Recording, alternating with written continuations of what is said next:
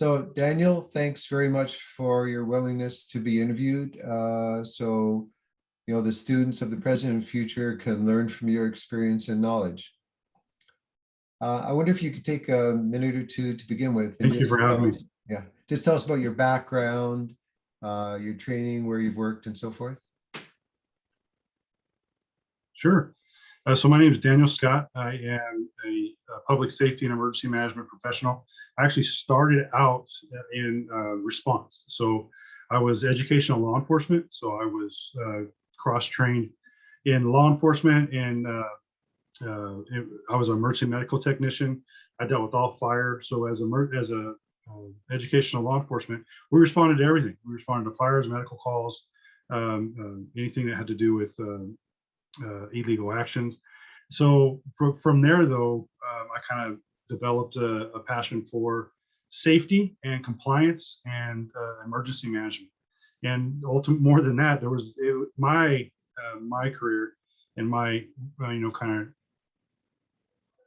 direction change into emergency management was based off of need. I found a need that was not being filled, and in the process of doing that, fell in love with it, and kind of led me to where I am today. So I've been doing emergency management, public safety for more than 15 years now. And I have kind of worked in not only the public sector, but the private sector as well, for city, county government, and for state government, as well as for nonprofit organizations. And the majority of my time when I first started was, as I mentioned earlier, is educational law enforcement. I spent almost 10 years at a university, a nonprofit private university. And that's not only where I helped build their programs, but develop my passion and my skill in doing what I do. And now you're teaching emergency management. I teach emergency management and I practice emergency management. So I am currently a practitioner as well. I've been a practitioner for 15 years, but about 5 years ago, I transitioned into teaching. And some of that was more in the professional atmosphere. So teaching specific oriented courses for FEMA, EMI at the Emergency Management Institute, or the Center for Domestic Preparedness, CDP, down in Anniston, Alabama, as well as being an instructor at the California Institution, or CSPI, which is the California Specialized Training Institute, which is public safety and emergency management based courses. And they teach FEMA curriculum as well. As long as, and also I've kind of stepped away from it currently, but I do the emergency EM student, which is emergency management student podcast, which is on a weekly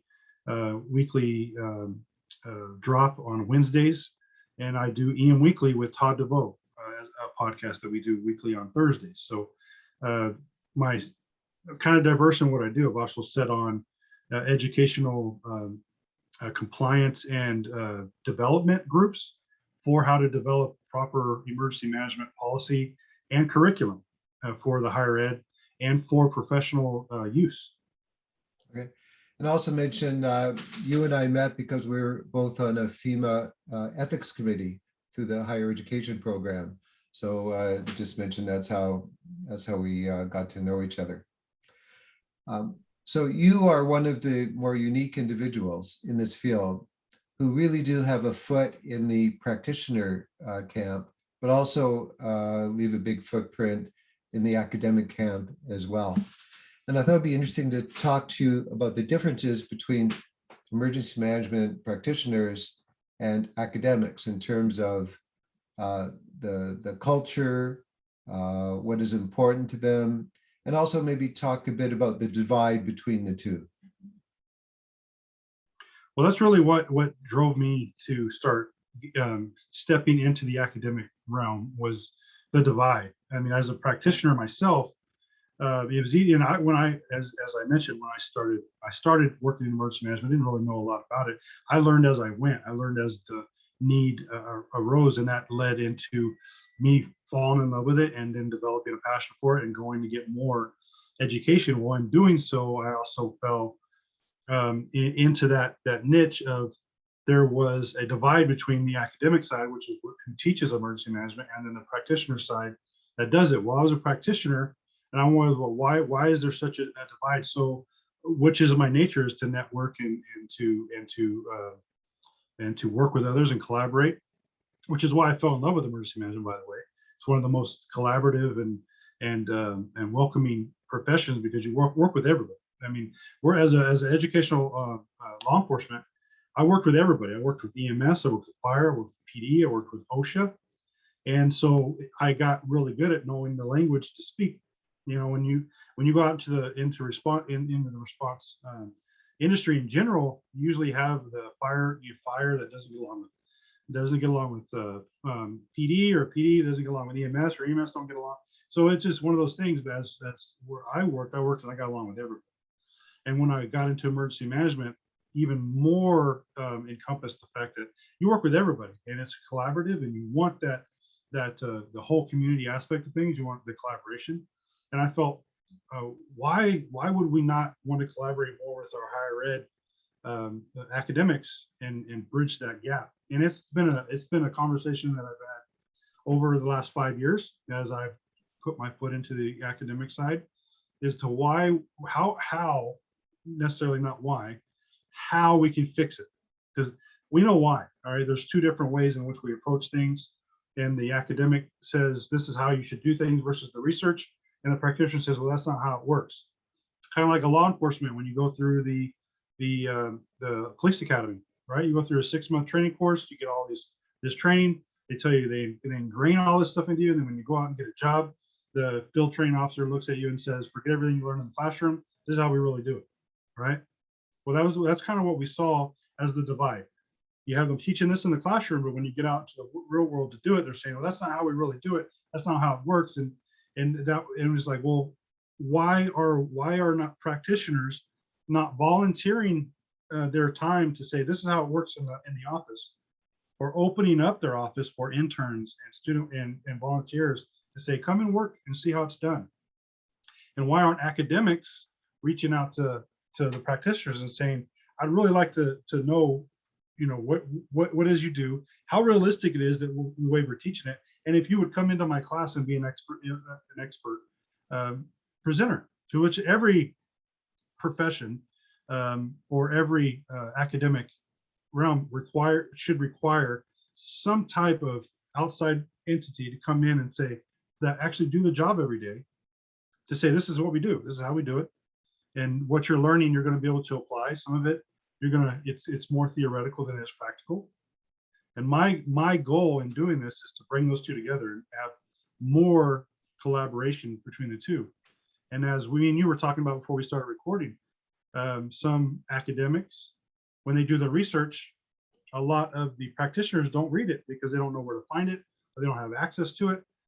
A lot of the stuff that the practitioners are doing or having to deal with on an actual day-to-day basis in doing the job in which the students are being taught to do, are seeing that, well, it's not as easy as it may be to teach it, right? It's always easier to say than it is to do sometimes. And my goal is to bring those two worlds together. And over the last 5 years, I feel like I've helped do that. You made a comment a bit earlier that I found really interesting, and that was how, you know, police and fire and EMS sometimes, I think you said, didn't get along with each other. And I'm excluding you from that as the exception. I would like, so emergency managers, would that apply also to emergency managers? Like, would there tend to be a sort of stressful relationship between fire and emergency managers, police and emergency managers? Would you extend that? And I'm sure it's not universal and it varies from place to place, but do you also see first responders, quote unquote, not getting along so well with the emergency management people? It happens. It has happened. I've been among that statistic. When you approach others to help, when you approach them to give them support, and they don't necessarily understand why you're there, what you're doing there, how you can support them or coordinate for them, it's a process of education. It just says we want to open up the dialogue and the networking between academics and practitioners. Practitioners working among themselves sometimes, it's an educational process to let them know And when it comes to practitioners who butting heads, as I mentioned, fire not getting along with PD or EMS or whatever it may be, whatever that headbutt is usually it's a lack of communication. It's a lack of proper education between the two to let someone know. As I teach, when I teach, it's like the last place you want to get to know someone is on the scene of something happening. You don't want to get to know someone when you're responding to an incident. You want to know them beforehand. So you need to be reaching out to those individuals and building those relationships. So when something happens and you show up, they're not surprised you're there. They're not wondering what you're doing. They know exactly who you are, what you're doing, and how you're going to help them. Versus sometimes when you deal with emergency management and first responders, they think, or we may even come across sometimes as we're trying to tell them what to do. And that's not necessarily the case. We're trying to give them guidance and support, which is what emergency management is. It's guidance and support and coordination. We don't come into an area and start giving orders, and sometimes even with fire and EMS, you see that, fire could be on a scene, PD shows up, they start giving orders, right? That's what they're to do. They're authorities. Well, fire, they're dealing with a fire. They don't need to be taking orders from a law enforcement officer. And then you get this, right? So that's what happens. And there's a lot less networking, communication, and a lot of that comes from before these incidents take place, not during. And during the incident, when you got two alphas, whether it doesn't have to be alpha male, alphas, alpha male, alpha female, you have two alphas come together, and that happens a lot. Versus when you can take the time ahead of time. It's emergency. It's why I fell in love with emergency management, because it's intentional. It's an intentional effort to get to know and bring together the community, the first responders, the citizens, the elected officials. You bring them all together. You communicate with them all together. You communicate with them all the same way. You let them all know why you're there, why it's important, how it's beneficial for them to all be working together and getting to know each other and training together and working together and responding together, versus trying to do that when everything's hit the fan and nobody knows anybody from Adam, right? You do that beforehand. And that's one of the main aspects of what I teach, is the networking collaboration before events ever take place. And that's where we can mitigate, because I'm a big mitigation person, we can mitigate these miscommunications and potential headbutting.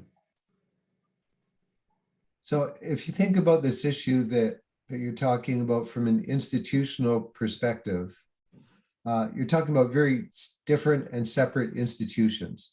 Certainly the response organizations and the academic organizations they live in two different worlds, two different cultures, different geographies. But even the response organizations institutionally are different, I would say very different pillars. They're each their own pillar. Do you think the kind of divides that you're talking about result from these institutional structures? And if so, I'm wondering what sort of changes you think might be helpful to bridge them?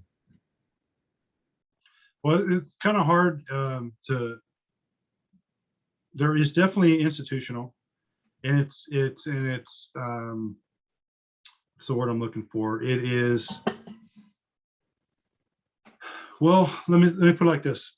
When you look at PD, right? You look at police department, they're usually one person. Very seldom do you see two police officers, so they're not used to working as part of the team. When you look at fire departments, fire are they work as part of a team. EMS, they work as part of a team. So they're easier to blend into another working team. When you have law enforcement, usually just the one person, right? They're used to responding to a call by themselves. So when they get to the call, they're the one in charge. And then when others get there, they're the ones that they're giving orders because they were there first. When you come to those that work in a part of the team, it's easier to work with another team. And I find myself, as coming from a law enforcement background in general too, because I started out as law enforcement, but I moved into medical response and fire, and I had to work in all these different areas. But I also worked as part of a team. In what we see is that when a law enforcement officer shows up, they're by themselves usually. They're not paired up. They're not driving around in a 4-man or 5-man truck. as a part of a team. And it does become difficult for that individual to then incorporate into part of a team because they're used to working by themselves and everything they do, every call they go on.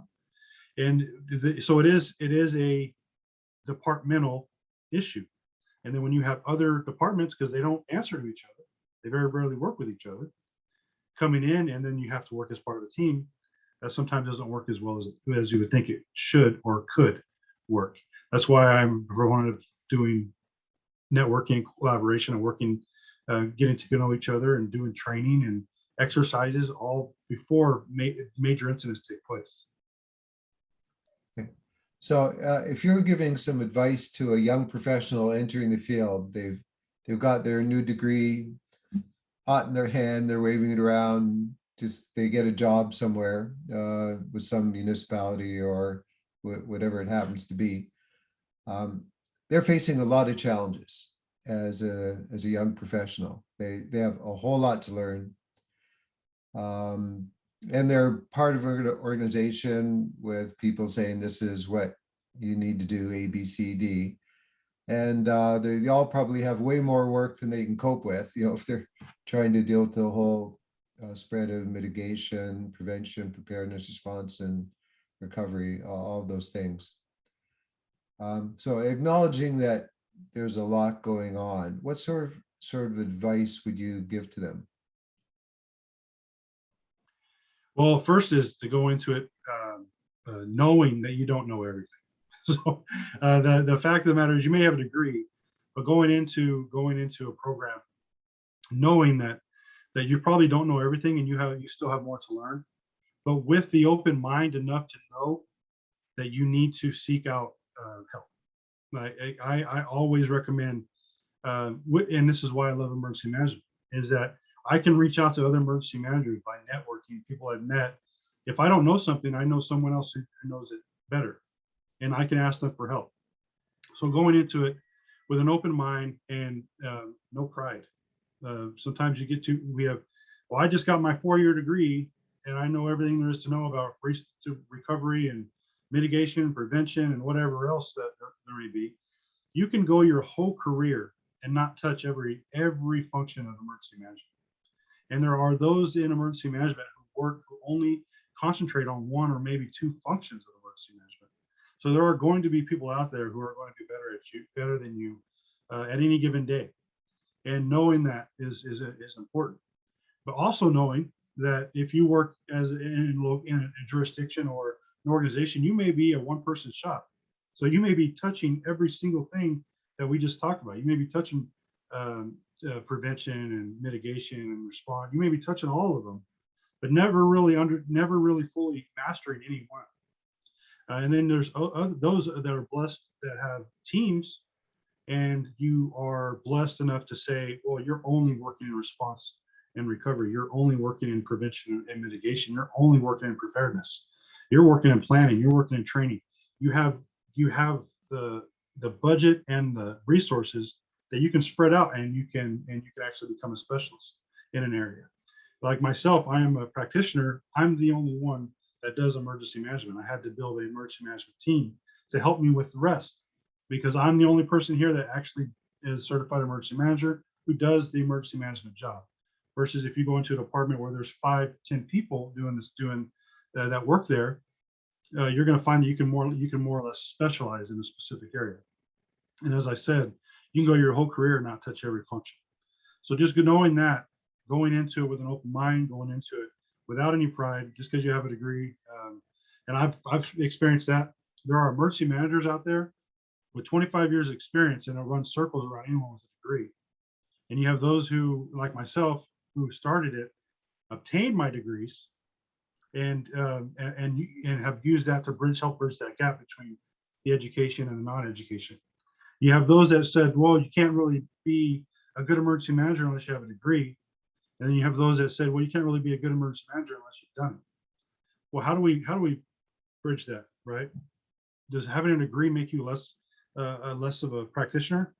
Does being a 20-year practitioner make the new person coming in with a degree any less of a good practitioner? No. And it's how do we build that change in mindset? You have those that have grown up in the profession as it was developed, right? 50 years, it's fairly new, fairly recent for a profession to develop. It came out of civil defense. Well, civil defense, they didn't have a degree for civil defense back then. It was basically a bunch of people coming from the military or public safety that branched it into emergency management, disaster preparedness. And next thing you know, you have people 20 years on the job who don't have a degree. Well, they got 20 years experience. So learning from, even though someone doesn't have a degree, knowing that you can go in with the degree and learn from someone else. That's a lesson I had to learn the hard way. On the US side, FEMA has the Emergency Management Institute, EMI. Did I call that right? That's the right name? Yeah, Emergency Management Institute, EMI. Yeah. Mhm. And I think my understanding of it is part of that goal is to try and bridge that gap. How well do you think they're doing it? I think they're doing a fantastic job. And they have multiple programs that help bridge that gap. Even if you're not someone who's seeking to get a degree, there are certain certifications and programs you can go through to help you be more professional development, even personal development as well. And they have multiple areas. The Emergency Management Institute is just one of them. The Center for Domestic Preparedness is another, and they've been classified as the following. The Center for Domestic Preparedness is more for the responder. It's more of the technical school. The Emergency Management Institute is more of the higher ed, and it's more focused on the practitioner and the academic. And EMI also has the higher education program, which is helping bridge the gap between the academic who necessarily may teach the programs and the practitioner who does it. That's one of the reasons why I have gotten my foot in both the practitioner and the academic side, is because I started taking a larger role in the higher education summit that they do every year.